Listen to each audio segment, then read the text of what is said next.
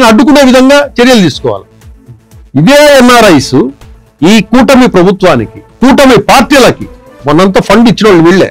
ఈ గోరా రాజేంద్ర ప్రసాద్ జన సైనికుడు, జనసేన కష్టపడి వర్క్ చేసినవాడు, ఆర్థిక సాయం అందించినవాడు ఆస్ట్రేలియా నుంచి. తను ఇవ్వటం కాకుండా 10 మంది చేత ఇప్పించినవాడు. జనసేన కార్యక్రమాలకు, పార్టీ కార్యక్రమాలకు, సభలకు ఎన్ఆర్ఐస్ ను రిక్వెస్ట్ చేస్తే తలా ఇంత డబ్బులు వస్తే జనసేన పార్టీ సభలు అవన్నీ నిర్వహించుకున్నారు.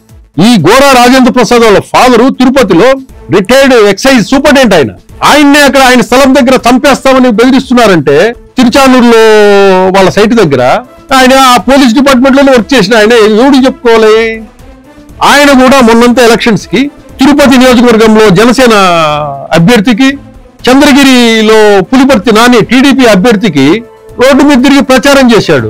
అటువంటి వాళ్ళకి ఈ రోజు చంద్రబాబు నాయుడు జిల్లాలో ఈ విధంగా పరిస్థితి ఉంటే ఆ జనసేన గెలిచే నియోజకవర్గము వాళ్ళన్నా మద్దతు ఇవ్వాలి కదా, సపోర్ట్ నిలవాలి కదా.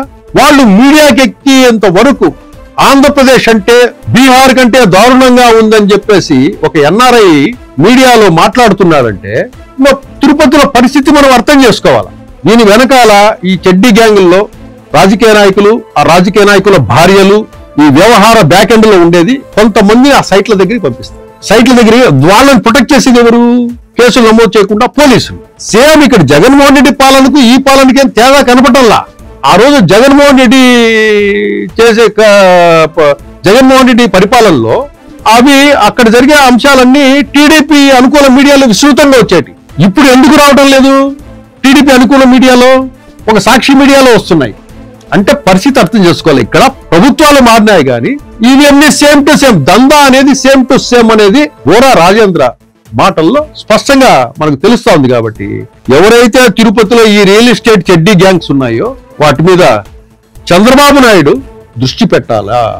వీళ్ళు గోరా రాజేంద్ర ప్రసాద్ సీఎంఓ ఆఫీస్ నుంచి, ఎన్ఆర్ఐ టీడీపీ వింగ్ నుంచి సీఎంఓ ఆఫీస్ నుంచి ఇక్కడికి ఫోన్ చేస్తే గానీ చిన్న కేసు పెట్టి వదిలేశారు అతని మీద. ల్యాండ్ గ్రాబింగ్ కేసు పెట్టాలి కదా. ఆ సిఐ ఆ కేసు కూడా పెట్టకుండా చిన్న కేసు ఒకటి నమోదు చేసి పెట్టారు. అయినా ఇప్పటికొచ్చి బెదిరిస్తాడంటారు. ఆ చిన్న కేసు పెట్టినా అంటే ఈ స్థాయిలో ఎన్ఆర్ఐ టీడీపీ వింగ్ తో కలిసి సీఎంఓ ఆఫీసును ప్రభావితం చేసుకున్నా కూడా వీళ్ళకి న్యాయం జరగడం లేదంటే ఇంకా ఈ ఎన్ఆర్ఐలు ఎవరికి చెప్పుకోవాలి? రేపు ఎన్ఆర్ఐలు పెట్టుబడులు ఎట్లా పెడతారు? వాళ్ళ ప్రాపర్టీకే దిక్కు లేకపోతే ఇంకా ఎన్ఆర్ఐలు పెట్టుబడులు ఎట్లా అడుగుతారు చంద్రబాబు నాయుడు గారు? ఇవన్నీ ఇష్యూస్ మీడియాలో వస్తే ఎన్ఆర్ఐస్ మీకు పెట్టుబడులు పెట్టడానికి ధైర్యం చేయలేరు కదా. మీకంతా